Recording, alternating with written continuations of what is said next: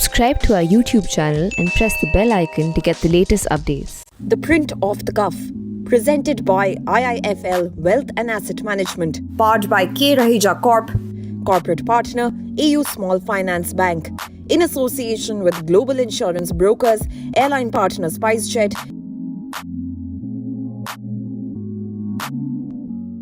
So here we are with this edition of Off the Cuff OTC, starting with big smiles in very gloomy times, because we have as our guest Shri Ravi Shankar ji, who spreads joy and smiles. And one reason I reached out to him to talk about the situation right now was also because so many of us and so many people of whatever the faith, whatever the beliefs, are today feeling low. And a lot of people are, those who believe in spirituality are leading on spirituality. Many are searching for therapists. Many are wondering what to do. So here is somebody who talks to more people on these issues than almost anybody else. So Shri Gurudev, welcome to off the cuff. आपका बहुत स्वागत है. और आपको एक मैं नई बात बताता हूं आज. ये पहली बार ऑफ द कफ है. It's the first one which we have opened up to our subscribers. So in fact, I wish we could have taken more of them. They are wonderful people. We are not behind a paywall. They don't have to pay to watch us or to read us, but they have still, because they have faith in good journalism, they are contributing on their own. So they are very special people. So there's a bunch of them, as many as we could accommodate. I think between 500 and 1,000 who are watching this. So I think we would all appreciate a little word from you to them first. And why good journalism matters. Well, Shekhar, first of all, let me congratulate you for holding on the ethics of journalism all these years. You know, it is very tough in many situations to keep ourselves above all prejudice and all opinions and give the right information to people. Journalism is part and parcel of our life, not just now. From time immemorial, journalism had its own, place in Indian civilization. एक सूचक करके एक व्यक्ति आता हर drama में, in all the plays. He comes and gives the information, right information. He introduces people. So journalism has a two-pronged important role to play. One is to place the facts in front of the people. Facts as they are, without any coloring or prejudicing the facts, placing them in front of people, number one. Second thing is, just placing the fact is not enough. Inspiring people. This is the second thing. Inspiring people, giving them a direction, way to go. I think these two main important functions of journalism, you know better than anyone else, is being somewhere looked after. In some other places it's been ignored. I would say many people do not place the fact as they are. But now the challenge is, what is the right news and what is not? What is the fact and what is fiction? When these confusion reign among people, one example is recently, there was a news floating around in the social medias. A Nobel laureate said the vaccination is no good. Suddenly it sent such a shocking wave through the society. And some realized it's a false news, right? Yes. It's a false news. And, just because somebody was a Nobel laureate once does not remain a genius forever, because all of us go through issues in our minds. And he's now become a conspiracy theory theorist over the decades. So I take it that you fully support the idea of vaccination, and you support the idea that people should give up the fear of vaccination. Correct. They should not be afraid of vaccination when it has been proved scientifically. Though it is not the answer for the disease, it's only one aspect of prevention. Main thing is to improve one's immune system. To make one's immune system strong is very much important, because we have seen even after vaccination, if people ignore their immune system, they're still susceptible to the COVID issue. Yeah. So we'll come to that. Your point on journalism. Thank you very much for saying good things about our journalism. But Gurudev, you know that it's challenging because gali bahut padti hai. You get abuse from left, right, center, everywhere.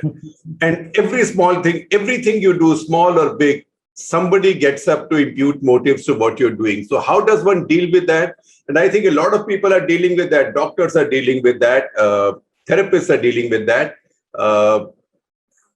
Everybody is dealing with that. Anybody in public life now. The spiritual leaders are dealing with it. Spiritual leaders. So, do you have to deal with this also? All the time. You see, we did the World Culture Festival where we could bring 3.7 million people around the world. Na bhuto na bhavishyati thing. 170 world leaders were present in it. It was the unity of consciousness, unity of cultures and civilization. You see what big halla some people made, as though we polluted river Yamuna, this and that. So, criticism is part of life. We should not be afraid of it. If there is something good, we take it from the criticism. There are people who just shun all criticism.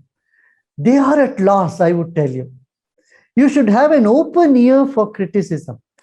And if you see it is done out of ignorance or through bias, you ignore it. But if it is done with a good intention for the society, for you, I would say we should take it. You should. So criticism is good. We should. Healthy criticism is good. Healthy criticism. Factual criticism, it's not coming out of some jealousy or hatred, but it is to improve a person. You should appreciate them, thank them. Okay, this person is interested in what I'm doing.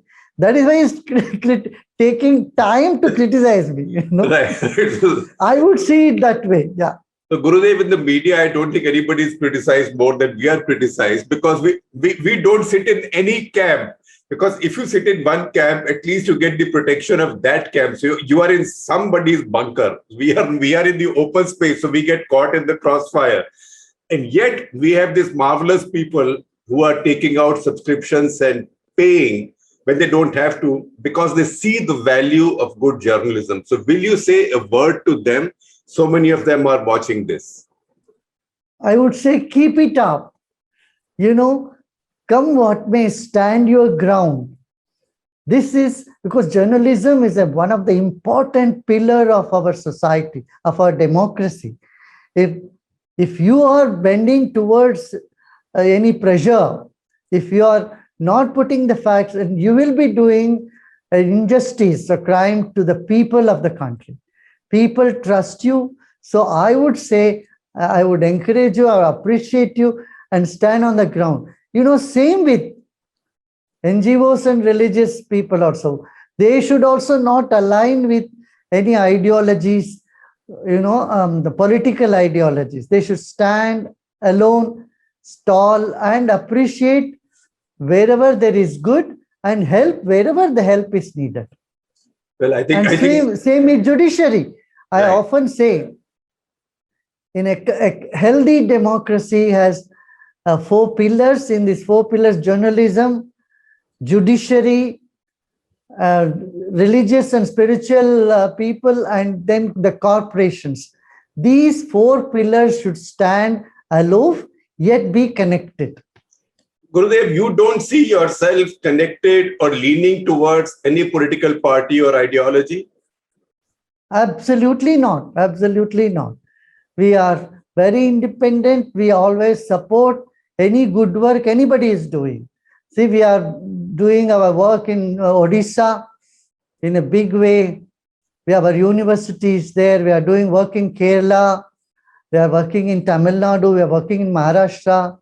Our people have done so much work in Maharashtra. 48 rivers they have rejuvenated. And of course, we are working in other parts of India as well. And do you In have Himachal, in Haryana, in Delhi. So, yeah, go ahead, Shekhar. have you endorsed any party or any leader in an election? Or would you? I would always encourage people to go and vote. Don't stand back and vote. And whenever there is a need for change, I have said once in 14, vote for a change. 2014. 14, yes. Yes. I said we need a change in the country, vote for a change. Definitely. But other than that, I've never said, particular party, a particular, because, it is not in our good interest for spiritual religious leaders to get into that arena. We have to give freedom for people to think. There are good people everywhere, and there are people who need goodness everywhere. So it's the spiritual leaders who provide goodness and help those who are in the right mindset. So, I know I have some time with you, so I will squeeze every drop out of this time. So I will also, I will not, I will keep sort of straying out of the main theme that I thought I'd focus on because I have you captive for about an hour. But the main issue today is people are also going through a kind of mental destruction because we are working from home. We are not meeting other people. So we are becoming loners. We think too much. We overthink. So there are a couple of questions which I think my job has been made easier by one of our listeners, watchers, Vivek Tripathi. He's Chief of Human Resources at AU Bank. It's a very fine bank out of Rajasthan.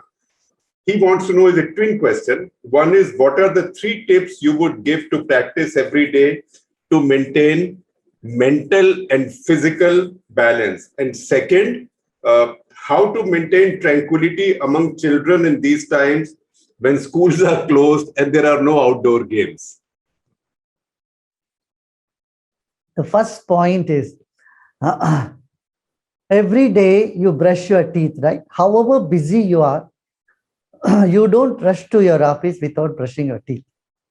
Hopefully not, this is gentle hygiene, right? So similarly, you have to practice mental hygiene. Every morning you sit and do some breathing, at least 10 minutes, Anulom Vilom Pranayam, some Bhastrika, deep breathing, 10 minutes if you do pranayam, deep breathing exercises, and then sit and meditate. And if you cannot meditate on your own, your mind is hovering all over the place, there are a number of guided meditations available in YouTube, in all these platforms, apps. Take any one app and put those meditation, 15, 20 minutes of meditation. Is there anything you would recommend? I would say, yes, you can meditate, do guided meditation every day after doing some pranayama. And I've made number of apps.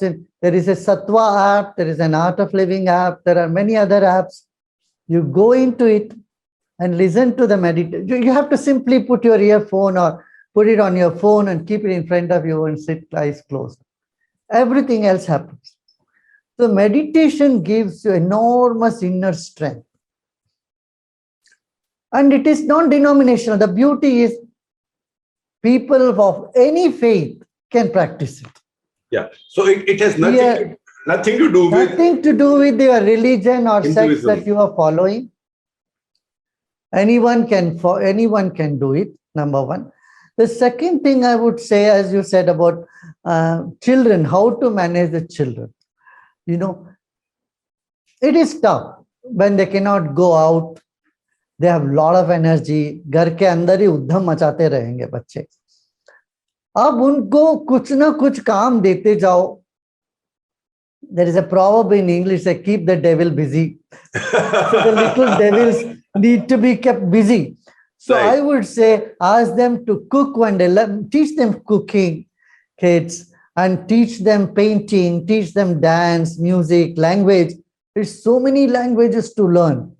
I would recommend people to take one particular language. Suppose you are Tamilian, try to learn Punjabi. Speak 10 sentences of Punjabi and give a challenge to children. If we keep giving challenges to kids, that will keep them engaged.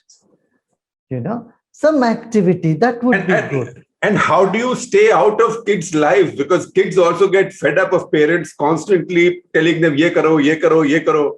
And that brings out rebelliousness, isn't it? Yeah. Not anything done too much is no good. Give them freedom. Usse pucho, what do you want to do? Would you like to do this? You know, there is a way to cajole kids and make them do what you want them to do, instead of you ordering them to do. You know, there is a skill. You know, I have made a 2 hours workshop, 4 hours actually, 2 hours each day. Know Your Child is a workshop that our volunteers conduct many places. And know your teens, because teenage is even more difficult.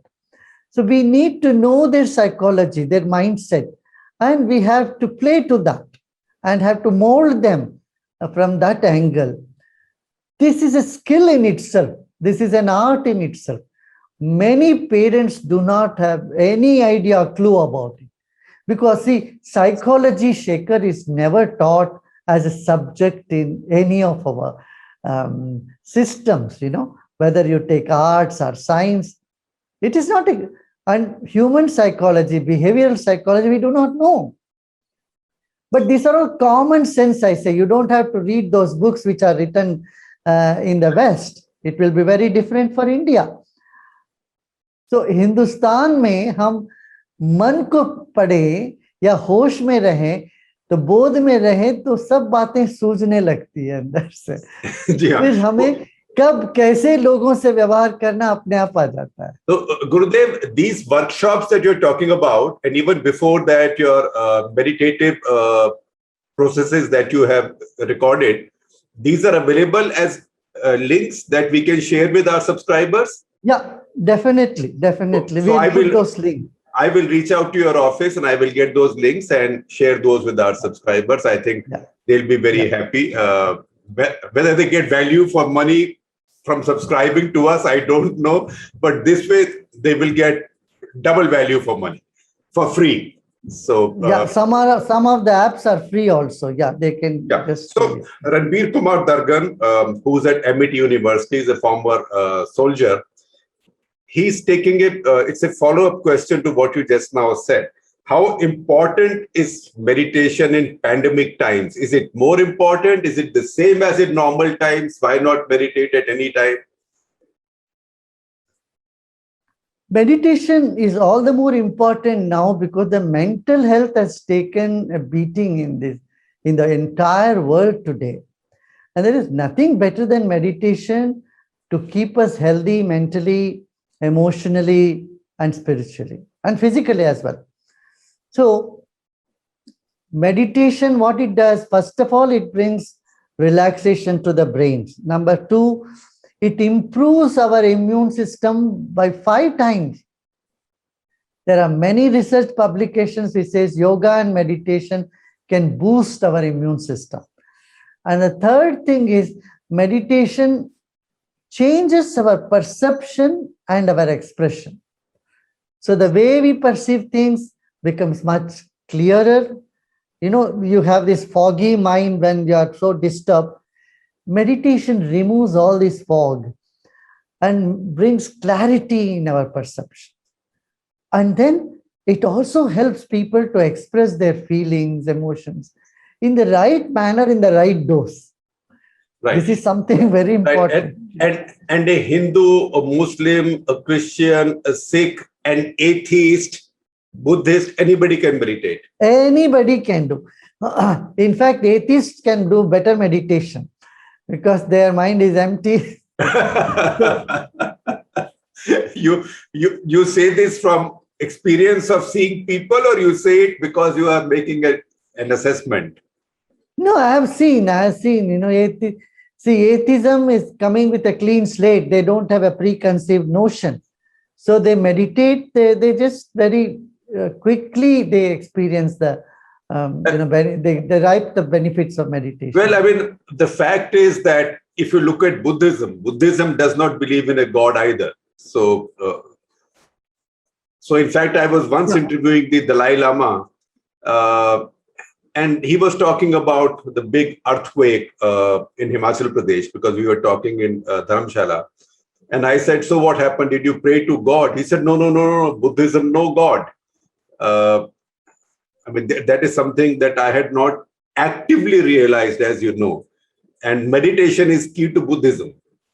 Correct, meditation. So you don't have to imagine a God while meditating in any shape or no shape, nothing. No. And that's the way. Because it is doing something, meditation is not doing anything. Right. So it is going deep within. So right.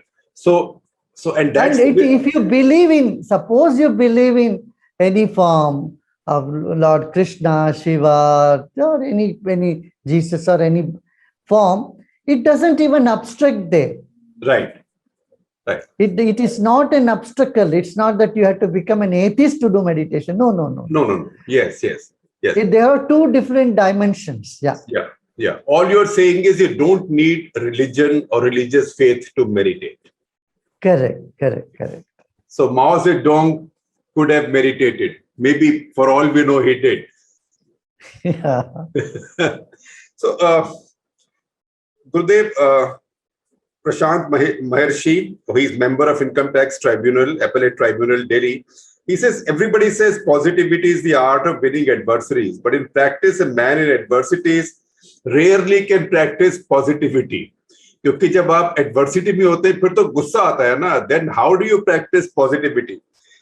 So he says positivity is an advice a man receives when in adversity from everybody who is not in adversity.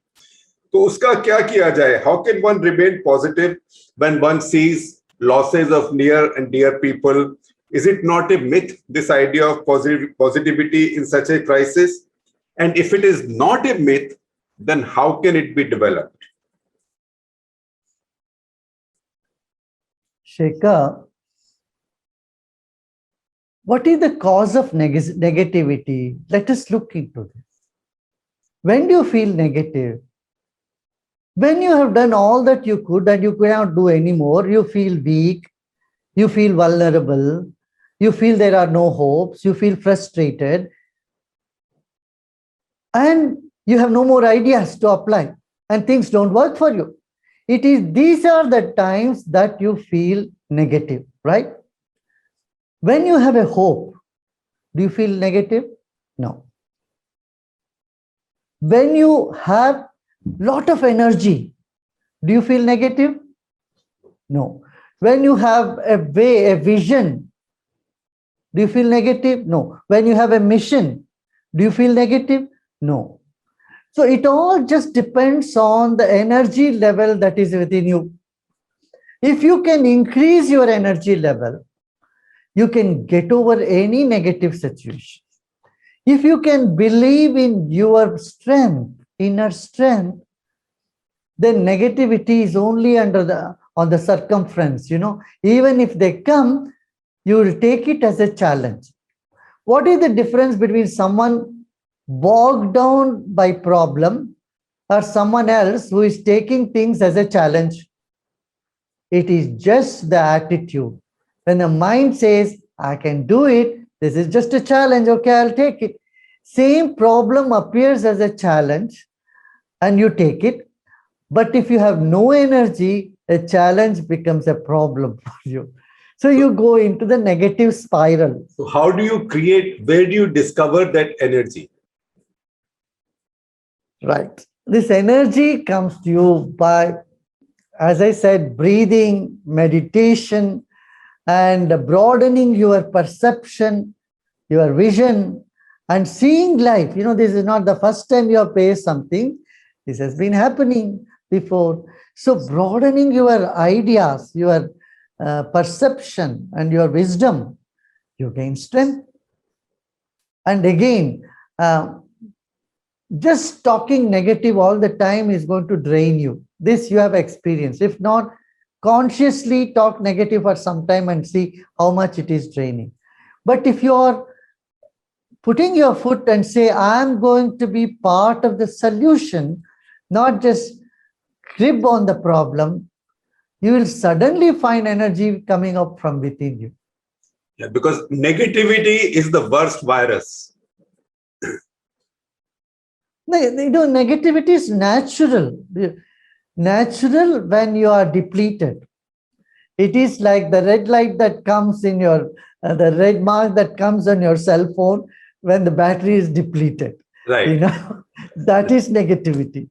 Right. So when your threshold is charged to certain level, then you are ready to move through those negative mindset and take it as a challenge. Yeah. Our subscribers, our listeners are very sharp people. So I have Amitabh Ghosh who wants to know, what is the color of sannyas, saffron or white, and why? Well, any color you give it for sannyas, they will always say, why this color? This question can always come. Now, any explanation we gave may not be the real reason for it or can be justified. White, I take on white because white has all the colors in it. Right. Colors in it. And so sannyas is both in white also. Say all the Jain sadhus, sannyasis, they wear white. And also many Hindu sannyasis, they wear white also. Or they wear saffron. So we should not go in the outer dress or colors of anybody. But do you need a color to define sannyas, or can you be wearing, can you be wearing anything any day and be sannyasi? That's exactly I was coming to. Don't go by outer appearance. किसी का दाढ़ी बड़ा हुआ है, नहीं भैया पूरा मुंडन किया हुआ, इन सब चीजों में मत जाइए. उनकी चेतना देखिए, उनकी एनर्जी देखिए, उनमें प्रसन्नता है क्या, मजबूती है क्या, वो सेवा भावी है क्या, सबको अपनाते हैं क्या, ये सब सन्यासी का लक्षण होता है. Not just changing the clothes or doing something. संन्यास का अर्थ समझिए सम्यक न्यास, जो बिल्कुल अपने केंद्र में टिक गए हैं. One who is thoroughly centered is sannyasi. One who is not shaken by anything, but still holds the ground is sannyasi. So you don't believe that a sannyasi and a religious leader are synonymous? They are the same thing. A sannyasi can be a sannyasi without being a religious leader? Yeah, of course, he doesn't need to belong to any denomination.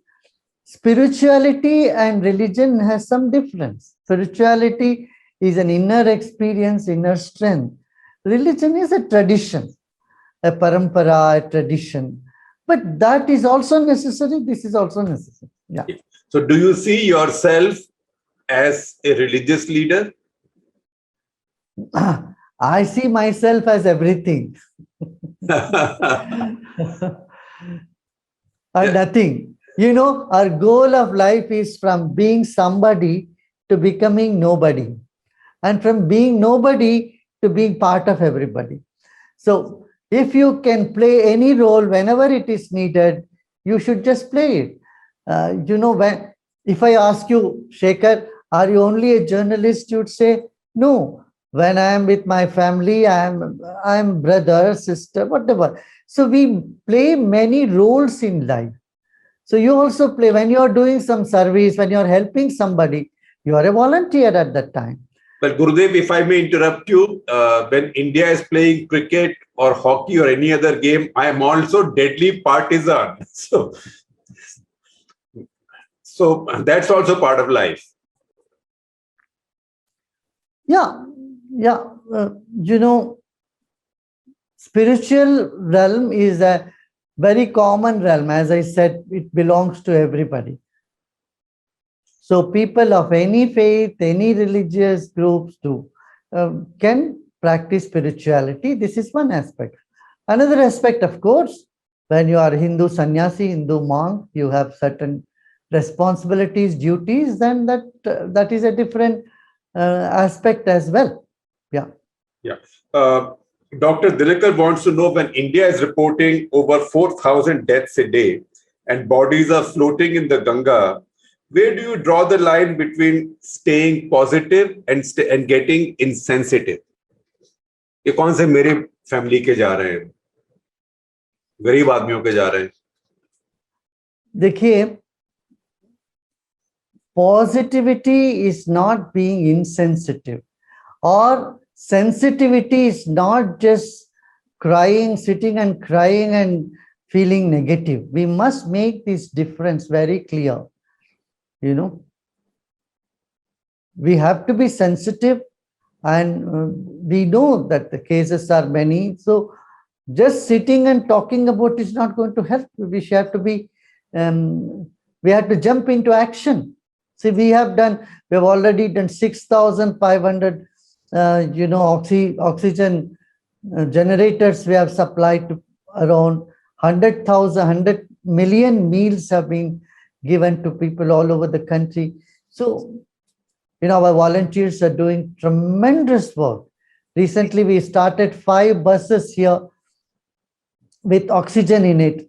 इस mission जिंदगी करके अपने शुरू किया, जहां जहां oxygen नहीं है, और हमारे volunteers are helping people to get the beds. जहां बेड नहीं मिल रहा है तो उनको फोन करते, वो बेड पता लगाते हैं, ताकि कई जगह गांव में कुछ मिलता ही नहीं है, उनको पता भी नहीं चलता है. तो उस जगह पे इन सबको इस तरह से सोशली ऑर्गेनाइज करके उनको पता देना, इधर इधर ये है कि जिनको जहां जरूरत है वहां ले जाके उनको पहुंचाना है.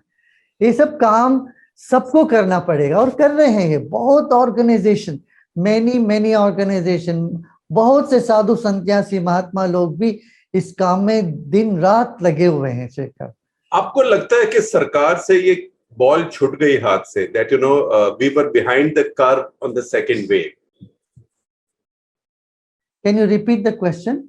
Do you also think that government dropped the ball on the second wave, that we were too late to react, that we should have put risk earlier, we declared victory too soon? Yeah. We never thought, nobody thought the second wave will come and engulf us so much, so badly. We were not prepared really for this, really, yeah. So do you think that if we were better prepared and we had not allowed election campaigns, big religious gatherings, and had kept those restrictions and caution, we could have lightened the impact of this wave? Absolutely, absolutely. Yes, we should have been more conscious about all this. We should have really been conscious about it, and knowing it will spread the disease much more, Did you? Big rallies, big gatherings this is not the time for it at all. This is not the time. Did you go for the Kumbh? No, I didn't go. And what was the reason? No, why should I go? हमारा कोई पाप नहीं है वहां जाके धोने के लिए. दूसरा है, मुक्ति तो मिली चुकी है, वहां जाके मुक्ति के लिए नहीं जाते कुंभ में. हाँ, हमारे देश की परंपरा है, वो एक फेयर था, जैसे एक्सपो करते हैं, स्पिरिचुअल एक्सपो हुआ करता था. 12 साल में एक बार सभी लोग, सभी साधु संत महात्मा मिलते थे, अलग अलग स्कूल के लोग, अलग अलग फिलॉसफी, दर्शन शास्त्र, वहां चर्चा होती थी, संत लोग बैठते थे. ये हुआ करता था एक जमाने में कुंभ. It was, the people would go there for spiritual discourses. And meditation, सिर्फ जाके गंगा में डुबकी लगाओ ये नहीं, हमारे यहाँ ये है, जहां तुम गंगा को स्मरण करते हो वहीं गंगा जी आ जाती है। हाँ, भारत में ये अंडरस्टैंडिंग है। अभी दिवाली में आपने सुना होगा, तमिलनाडु में हैप्पी दिवाली ग्रीटिंग्स नहीं करते हैं, दिवाली में पूछते हैं गंगा स्नान हुआ है क्या। माने दिवाली के दिन तमिलनाडु में ये विश्वास है हर एक के घर के पानी में गंगा जी आ गई, तो गंगा स्नान करके एक दूसरे को ग्रीटिंग भी ऐसे करते हैं। गंगा हमारी देश को जोड़ती है, नो डाउट, बट अभी वहां जाके कुंभ में जाके डुबकी लगाओ तभी तुम्हें कुछ होएगा, ये नहीं सोचना चाहिए। मैं सबको यही हम कहते रहे, टेलीविजन के थ्रू भी कहे हमने, भगवान मंदिर में नहीं है, आपके हृदय में है, दिल में है। आप घर बैठिए, ज्ञान की गंगा में नहाइए। मैंने ये कहा, गंगा का दूसरा वो है, there is another meaning for Ganga is knowledge. Knowledge, yes. Bathe in wisdom, bathe in knowledge. So don't go to Kumbh. This is the advice I have been giving to people the last years. Yeah. That's a brave advice. And also गुरुदेव, हिंदी में तो हम कहते भी है, मन चंगा तो कठौती में गंगा, कि if your heart is clean, तो आप कठौती जो लकड़ी का पहले सन्यासी लोग लेके जाते थे लोटा की तरह, कमंडल, तो मन चंगा तो कठौती में गंगा, वो लकड़ी का काठ का कमंडल था। करेक्ट। तो जरूरी नहीं है कि आप गंगा जाके कुंभ पे नहा के आइए। और आपका एडवाइस भी ये था कि don't go, imagine Ganga in your own home and in your own heart. Correct. That's a very smart, very good thing to say. Now I have Harsaran Singh Maini, who's a Sikh, and he says that why are people like you spreading Hindutva and are part of the BJP? First of all, are you spreading Hindutva and part of the BJP? And second, he says, as I am a Sikh, I am not willing to acknowledge and accept that I am a Hindu. Where should I stand in Hindutva? No, listen, what do you mean by spreading Hindutva? If you say Vasudhaiva Kutumbakam, the whole world is one family, you mean you are spreading Hindutva? If you say do yoga, it helps your body, helps your mind, do pranayama, it makes you very vibrant. If you say you are spreading Hindutva, and if you say there are very good words of wisdom in the Upanishad, in Gita, why don't you take it? I mean, the whole world is taking. Einstein has read Bhagavad Gita. He said, my life has changed reading Bhagavad Gita or Upanishad. And you say, this is Hindutva. This is a wrong notion. I think we are, with a closed mindset, if we see everything we do as Hindutva, that is good. I mean, Ayurveda. Ayurveda, you label, if you say Ayurveda means Hindutva. So it doesn't... It shows the prejudice in a person.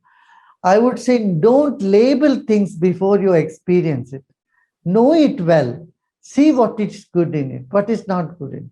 So we have been around the world in so many countries, including the Gulf countries, and people are getting benefit out of this. And if they label, oh, this is Hindutva, 1/3 of the world which is practicing yoga will shun yoga, would have shunned yoga. 2 billion people today on this planet are taking to yoga and Vedanta. You think they are all Hindutva? No. Do not, narrow the scope of wisdom, of knowledge to political ideology. Yeah. So his second question, he says, I don't see myself as a Hindu, as a Sikh. So where would Hindutva place me in its equation? See, you don't see yourself as Hindu, doesn't matter. You see yourself as a good human being belonging to everybody.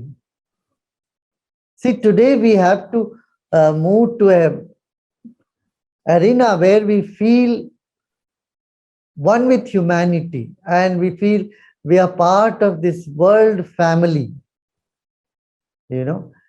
Once you connect yourself as a member of a Vasudhaiva Kutumbakam, global world family, then you tolerate, or rather you appreciate different ideologies.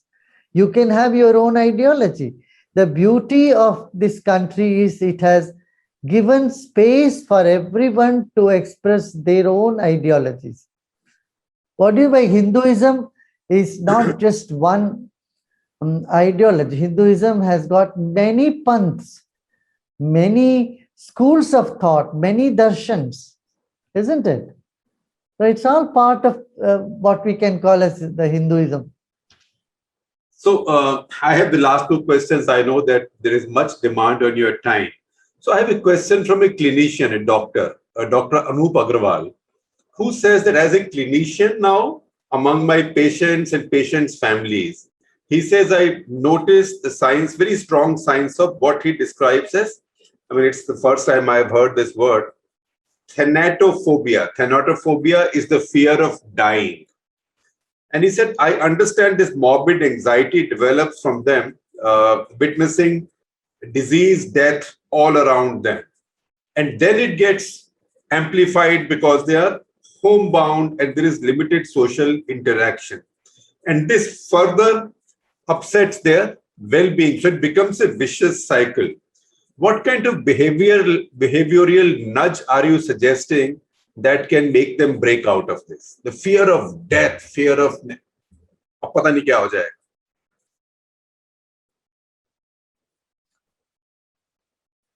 Whether fear of disease, death, or losing someone close to you is all same. Fear is fear. Fear is an emotion that just takes over and it affects your adrenal gland first and all other glands later. So how do you get over this, manage this? This is where the knowledge of yoga helps. You know, in yoga, we have different chakras. The fear is from the heart chakra. And you have to go above, that is the throat chakra, Vishuddhi chakra. Pranayama here and meditation will help you. Meditation can help you to get over both the worry about getting some disease or worry about death. These, feelings can be overcome through meditation, number one. Second one, broaden your vision and see, yes, one day you're going to die. That's going to happen. No doubt. Everybody dies, we all know. And so, what you need from inside is again an inner strength. Meditation here will definitely bring you that help, and it gives you an experience of that which is beyond the body, physical consciousness, body consciousness. Gurudev, something I'm interested in. You had just mentioned about Ayurveda, and you said if you talk about Ayurveda, you should not say you are spreading Hinduism or Hindutva. So are you then saying that Ayurveda is a science, should not be conflated with religion? See, actually, Hindutva has been just a Hinduism. Actually, Hindutva is different. Hinduism has been a way of life from time immemorial. If Ayurveda has no doubt come as a scripture from that. It's part of the four Upavedas in the Vedas. But it is for benefit of mankind. But if you give a religious tag to it, you are at loss. So if I may interrupt you, if I may be so impertinent as to interrupt you, I have been to your center in Bengaluru, and I was also shown around your Ayurvedic center there and your Ayurvedic hospital. And I've had also a young woman Ayurvedist read my pulse, tell me a few things, listen to my story, prescribe a few things to do. But when I saw the prescription, I saw that she has a proper degree. So she's an educated Ayurvedist. She's not an Ayurvedist just by reading mantras. She's gone through her education, 5 years of training, and got a degree from a proper college. And every doctor in that center has a degree. So I know your mind is much sharper than mine, and you know where I'm taking you. But how do you respond to somebody who says, I have no degree, but I am a doctor by divinity? Can you be a doctor by divinity and prescribing medicines? Well, Shekhar, some people are gifted, and if they think they are gifted, then it is their opinion. They have to, but everything should go through scientific scrutiny. Right. There need to be a system. Ayurveda cannot be just घर में ये काढ़ा बनाओ, ये इनको पिला दो, ये ठीक हो जाएगा, ऐसा नहीं होना चाहिए. ऐसा नहीं होना चाहिए. सही शिक्षा प्राप्त करके ही वैद्य भी बन सकते हैं. जी. तो एक आयुर्वेद में ही एक जोक है, हास्य है. ये कहते हैं यस्य कस्य तरोर मूलम येन केनापि चूर्णितम यद्वा तद्वा भविष्यति येन केनापि चूर्ण. कहीं से कोई जड़ी बूटी लेके आओ, उसको किसी तरह से पीस के किसी को भी पिला दो, कुछ कुछ हो जाएगा. ये बोलते ये वैद्य नहीं है. तो और ये भी दूसरा भी कहते हैं वैद्य राज, ये वैद्य इस तरह से पूरा प्रॉपर स्टडी करके 12 साल अध्ययन करने के बाद ही कोई किसी का तज्ञ बनता है. ऐसे योग भी 1-2 दिन, 5 दिन, 10 दिन में कोई योग करके योगाचार्य नहीं बन सकता. उसमें गहराई से अध्ययन करें, पतंजलि सूत्र पढ़े, अभ्यास करें, तब जाके वो उसके काबिल हो. नहीं तो जिसको हमारे नॉर्थ के हिंदी में कहते हैं नीम हकीमी हो जाती है, मतलब आधा हकीम है, आधा वैद्य. सो अब आपको जाना है, ये 2 बड़े फिलोसॉफिकल सवाल है, लास्ट में शॉर्ट है. अनिल अग्रवाल कहते हैं कि दुनिया की हालत खराब है, लेकिन 2 चीजों की बहुत ग्रोथ हो रही है, एक स्पिरिचुअलिटी की और एक स्टॉक मार्केट्स की. तो इसमें क्या है? एक स्पिरिचुअलिटी बढ़ रही है क्योंकि दुनिया में सब लोग परेशान है इस समय, तो 2 बिजनेस बढ़ रहे हैं, एक स्पिरिचुअलिटी का है और एक स्टॉक मार्केट है. शैतानी वाला सवाल है. नहीं, ये पहला, ये स्पिरिचुअलिटी की मार्केट बढ़ रहा है, इसमें तो मैं सहमत नहीं हूँ. देखिए सारे मंदिर बंद पड़े हैं, सारे आश्रम सब बंद पड़ी हुई है, कोई कहीं नहीं जा रहा है, कोई बड़ा बड़ा प्रोग्राम्स नहीं हो रहे. इस देश में हजारों कथा और अदर प्रसंग प्रवचन वगैरह चलते थे, कुछ नहीं हो रहा कहीं पर भी. मगर हाँ, वीडियो के जरिए और यूट्यूब के जरिए लोगों को एक आध्यात्मिक रुचि तो बढ़ रही है, ध्यान और योग में रुचि अवश्य बढ़ रही है. ये तो बढ़ते रहना चाहिए. और हम चाहते हैं देश का आर्थिक परिस्थिति भी अच्छी होनी चाहिए, अच्छा स्टॉक मार्केट क्रैश नहीं हुआ, उसको भी बढ़ना चाहिए. और हाँ, और कोरोना का पॉजिटिविटी घटना चाहिए, वहां नेगेटिव हो जाए लोग, अच्छा है. अधिक लोग नेगेटिव सिद्ध हुए. उसी पर प्रणव शनॉय पूछ रहे हैं आपसे कि स्पिरिचुअलिटी और कैपिटलिज्म, इसमें क्या रिलेशनशिप है. और जो भारत की समाज है, Indian society, why does it vilify those who have wealth and those who seek it? Everybody wants wealth, but they vilify those who've been successful at getting wealth. तो पहले टाटा बिरला को गाली पड़ती थी, अब अंबानी अडानी को गाली पड़ती है. तो जिसने पैसा बना लिया वो चोर ही होगा ना. ये धारणा गलत है. जो कैपिटलिज्म सब गलत है. देखिए, जो यदि charity is a part of spirituality, right, everybody agrees.